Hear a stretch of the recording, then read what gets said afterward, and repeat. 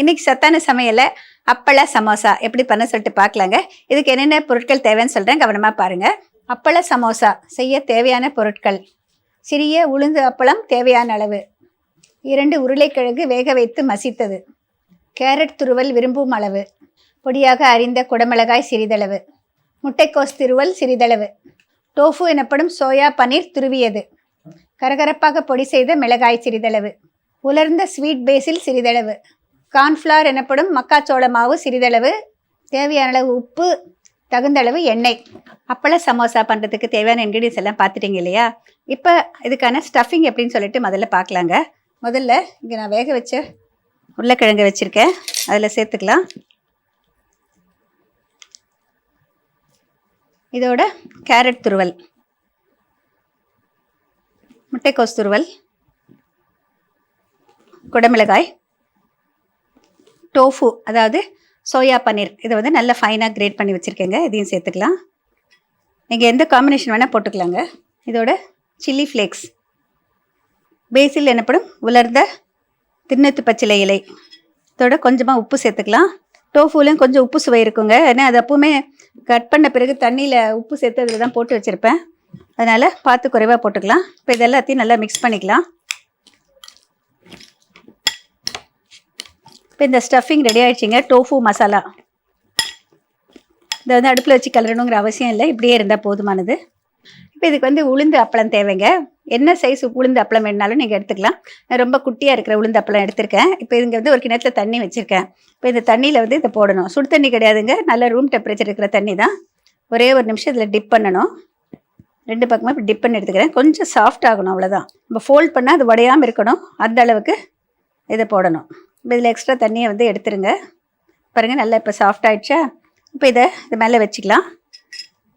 Cornflour பேஸ்ட்டை வந்து கொஞ்சமாக இந்த ஓரத்தில் வந்து மக்காச்சோள மாவை தண்ணி போட்டு கரைச்சி வச்சுருக்கேன், ஜஸ்ட்டு ஒட்டுறதுக்காக தான். இப்படி ஓரத்தில் இப்படி வச்சுக்கலாம்.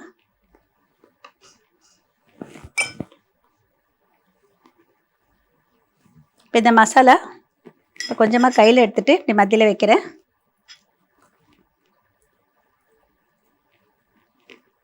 இதை வந்து ஃபோல்ட் பண்ணிவிட்டு ஒட்டணும். இந்த கையில் எடுத்து காமிக்கிற பாருங்கள், நல்லா ப்ரெஸ் பண்ணி விடுங்க.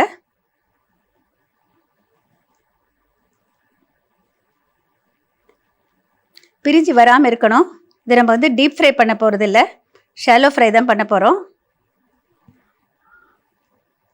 இப்போ நம்மளுக்கு இதை கொஞ்சம் நல்லா ஒட்டிக்கணும் அப்படின்னா இந்த மாதிரி ஒரு ஸ்பூனோ இல்லை ஃபோர்க்கோ ஏதாவது வச்சுட்டு எப்படி ப்ரெஸ் பண்ணி விடலாம். இப்போ இந்த மாதிரி செஞ்சு வச்சுக்கோங்க. இது மாதிரி ஒவ்வொன்றா நம்ம செஞ்சு எடுத்துக்கலாங்க. செஞ்சுட்டு நீங்கள் ஒரு ஈரத்துணியில் சுற்றிட்டு ஃப்ரிட்ஜில் கூட வைக்கலாம், எல்லாம் ஒரே நேரம் பண்ண முடியலன்னா.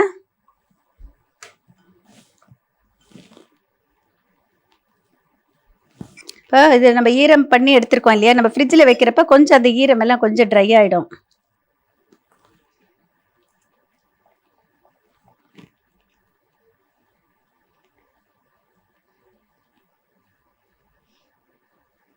நல்லா ப்ரெஸ் பண்ணி விடணும், நல்லா ஒட்டிக்கணும்.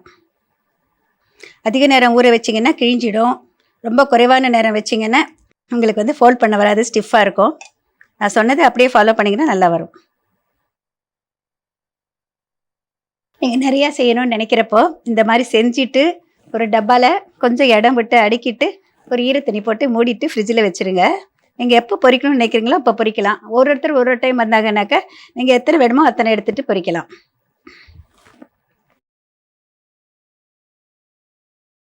இப்போ இங்கே வந்து நான் டீப் ஃப்ரை பண்ணுற மாதிரி நிறைய எண்ணெய் வைக்கலைங்க, 1/4 அங்குல கனத்தை விட குறைவாக தான் வச்சுருக்கேன். ஜஸ்ட்டு கொஞ்சம் எண்ணெய் அதில் கவர் ஆகிருக்கிற மாதிரி வச்சுருக்கேன். இப்போ இதில் கவனமாக போடலாம்.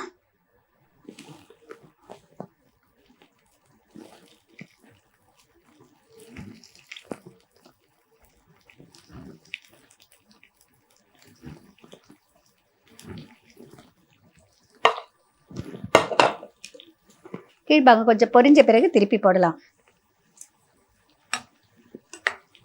ஒரு சமோசா மாதிரி ஒரு கோல்டன் கலர் வர வரைக்கும் பொரிச்சு எடுத்துடலாம். அதிகமான எண்ணெய் வச்சுட்டு நீங்கள் பொரிச்சு எடுத்தீங்கன்னா என்ன ஆகும்னு சொல்கிறேன். இது வந்து பிரிஞ்சு வர்றதுக்கான வாய்ப்புகள் அதிகம். நம்ம ரெகுலர் சமோசா பண்ணுற மாதிரி கிடையாதுங்க. இது அப்பளம் அப்படிங்கிறப்போ ட்ரை ஆகுறப்போ அது உங்களுக்கு வந்து அது பிரிஞ்சு வரதுக்கான வாய்ப்புகள் இருக்குங்க. இந்த மாதிரி மிதமான அளவு எண்ணெய் வச்சிங்கன்னா போதுமானது. இப்போ இது கலர் பார்த்து எடுக்கணும். இது பாருங்கள் ரெடி ஆயிடுச்சு.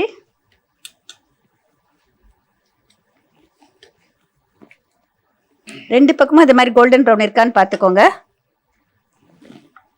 பொதுவாக அப்பளம்னாலே கொஞ்சம் எண்ணெய் குடிக்கும், நம்ம எல்லாருக்கும் அது தெரியும். ஏன்னா நம்ம எண்ணெய் வச்சு அப்பளம் பொரிக்கிறப்ப பார்த்தீங்கன்னா அப்படியே கால் பாகம் எண்ணெய் வந்து குறைஞ்சி போயிடும். இதுலேயும் கொஞ்சம் எண்ணெய் குடிச்சிருக்கு.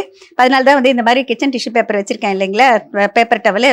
இப்போ இதில் நம்ம வச்சோன்னாக்கா கொஞ்சம் எக்ஸ்ட்ரா ஆயிலெல்லாம் வந்து அப்சார்ப் ஆகிடும்.